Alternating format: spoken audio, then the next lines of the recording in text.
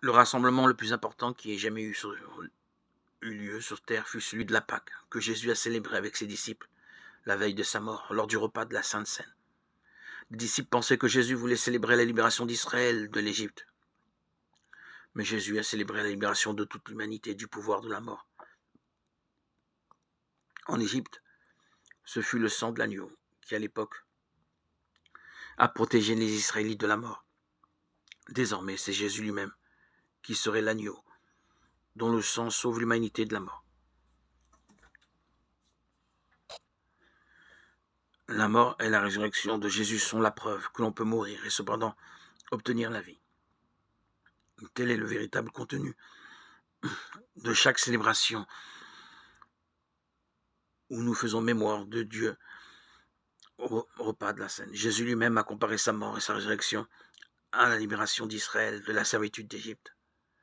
Par l'expression mystère pascal, on désigne donc l'efficacité salvatrice de la mort et de la résurrection de Jésus. Par analogie au sang de l'agneau qui a sauvé des vies lorsque les Israélites sont sortis d'Égypte. Exode 12.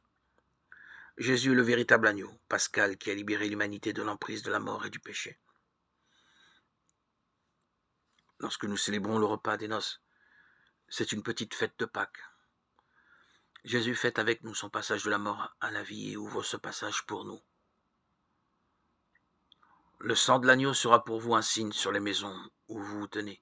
En voyant ce signe, je passerai outre et vous échapperez au fléau destructeur lorsque je frapperai le pays d'Égypte. Exode 12, 13.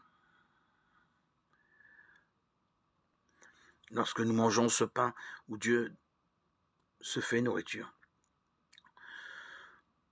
nous vivons la réalité invisible dans laquelle tout chrétien expérimente la présence de Dieu qui nous guérit, nous pardonne, nous nourrit, nous fortifie et nous dispose à l'amour.